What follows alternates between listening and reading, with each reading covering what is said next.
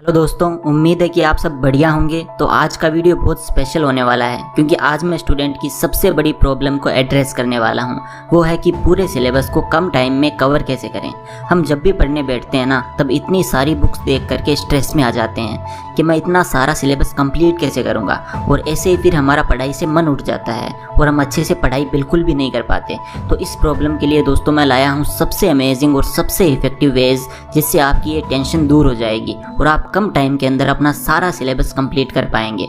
तो दोस्तों, मेरा नाम है मिस्टर प्रोटोन और आज मैं आपको बताऊंगा how to cover full syllabus in less time. So let's begin. दोस्तों, सबसे पहले मैं आप सबसे एक सवाल पूछना चाहता हूं। अगर आप कहीं बाहर ट्रैवलिंग के लिए जाने वाले हैं और आपको अपनी बैग पैक करनी है और आपको सिर्फ एक ही बैग कैरी करने की परमिशन है, तो आप उसमें क्या क्या पैक करेंगे?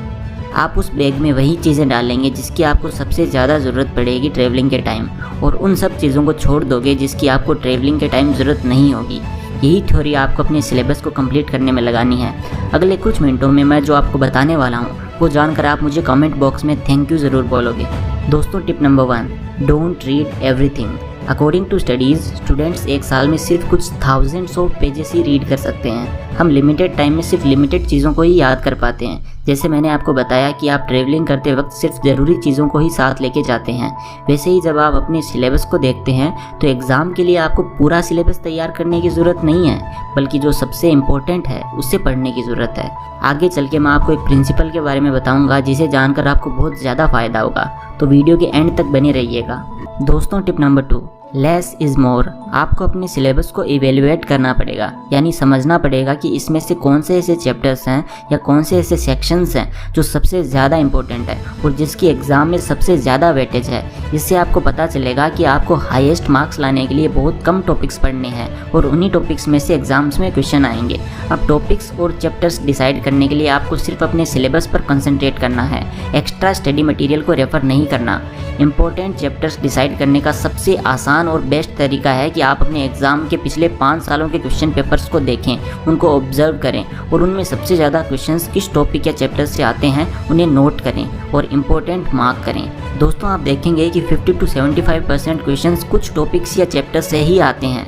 बस आपको इन्हीं चैप्टर्स पर ज़्यादा फोकस करना है और आप देखेंगे कि बहुत कम एफर्ट से आप बहुत ज़्यादा स्कोर कर पाएंगे। आपको बस ये लेस इज़ मोर का कॉन्सेप्ट समझना होगा। दोस्तों, अब हम बात करते हैं उस प्रिंसिपल के बारे में जिससे आप अपने सिलेबस को बड़ी आसानी से और बड़ी जल्दी ख़त्म कर पाएंगे। दोस्तों, टिप नंबर 3, पार्किंसंस लॉ। दोस्तों, जब मैं 10th स्टैंडर्ड में था तो मेरे टीचर ने मुझे एक साइंस प्रोजेक्ट बनाने के लिए कहा और मुझे 1 महीने की डेडलाइन दी।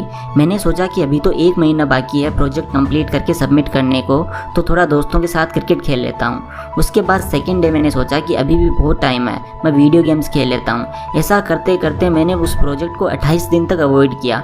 29वें दिन मुझे अचानक से रियलाइज़ हुआ कि अब सिर्फ 2 ही दिन बाकी है, मुझे अपना साइंस प्रोजेक्ट सबमिट करना है। मैंने तो अभी तक शुरुआत भी नहीं करी थी। दोस्तों, मुझे बहुत ज़्यादा एंजाइटी होने लगी कि मैं ये कैसे करूँगा, और फिर मैं उस साइंस प्रोजेक्ट को स्टार्ट करने बैठ गया। मैंने उन 2 दिनों में ना ही कोई वीडियो गेम खेला और ना ही अपने दोस्तों से मिला और ना ही मोबाइल फ़ोन पे टाइम पास किया। उन 2 दिनों में मैंने पूरा प्रोजेक्ट कंप्लीट किया और मैंने उस प्रोजेक्ट को सबमिट भी किया और मुझे उसमें अच्छे मार्क्स भी मिले। इससे हमें क्या समझ आता है दोस्तों कि अगर किसी चीज़ की डेडलाइन बहुत ज़्यादा लंबी होती है तो हम उस काम को प्रोक्रेस्टिनेट करते रहते हैं और एंड मोमेंट पे उस काम को पूरा करते हैं। आपने भी इसे एक्सपीरियंस किया होगा। इसे पार्किंसंस लॉ के नाम से जाना जाता है। आप जितना एक काम की डेडलाइन को शॉर्ट रखोगे उतनी ही जल्दी आप उस काम को ख़त्म भी कर पाओगे। Work expends over the given long time period and shrinks in given short time period. आपको भी दोस्तों इसी प्रिंसिपल को फॉलो करने की ज़रूरत है अपने सिलेबस को लेस टाइम में कंप्लीट करने के लिए। अब आप अपने सिलेबस को कवर करके कंप्लीट करने की डेडलाइन को शॉर्ट रखिए। अगर आपको लगता है कि एक सब्जेक्ट को ख़त्म करने में आपको 10 दिन लगते हैं तो आप उसकी डेडलाइन 5 दिन की रखिए और उस डेडलाइन को लेके स्ट्रिक्ट रहिए। याद रखें दोस्तों कि आप कोई भी अनरियलिस्टिक डेडलाइन ना रखें। जैसे कि अगर आपको 10 दिन लगते हैं एक सब्जेक्ट कंप्लीट करने में, तो आप उस सब्जेक्ट को 2 दिन में करने की डेडलाइन ना बनाएं, क्योंकि ये अनरियलिस्टिक है। और अगर आप उस सब्जेक्ट को या उस चैप्टर को 2 दिन में नहीं कर पाए तो आपका मोरल डाउन हो जाएगा और आपको पढ़ने का ज़रा भी मूड नहीं करेगा। इसलिए always set shorter but realistic deadlines. दोस्तों, टिप नंबर 4, रिवॉर्ड मैकेनिज्म।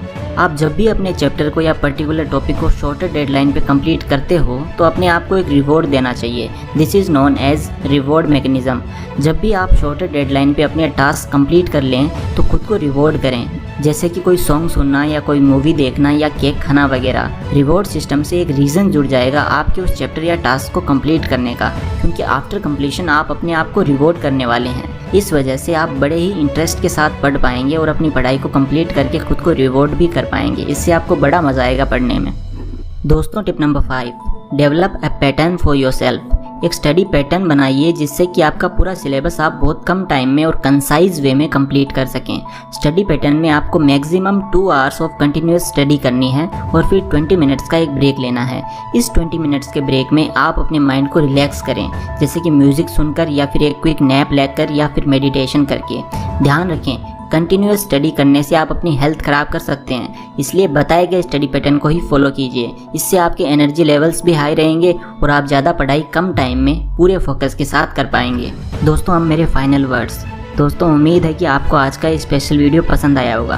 मैंने इस वीडियो को बनाने में काफ़ी मेहनत की है ताकि आप लोगों को बहुत ही इफेक्टिव वेज बता सकूं अपने सिलेबस को कंप्लीट करने के लिए, वो भी बहुत कम टाइम में। आप सब मेरी फैमिली जैसे हो। अगर आपने यहाँ तक वीडियो को देखा है तो मैं शर्त लगा सकता हूँ कि आप दूसरे बच्चों से बहुत ज़्यादा अच्छा परफॉर्म करने वाले हो। वीडियो में बताई गई चीज़ें अगर आपको अच्छी लगी हो, जो कि मुझे भरोसा है कि लगी ही होंगी, तो आप लाइक का बटन ज़रूर प्रेस कीजिए और अपने दोस्तों के साथ भरपूर शेयर कीजिए ताकि वो भी आपके साथ अपने आप को बेहतर कर सकें।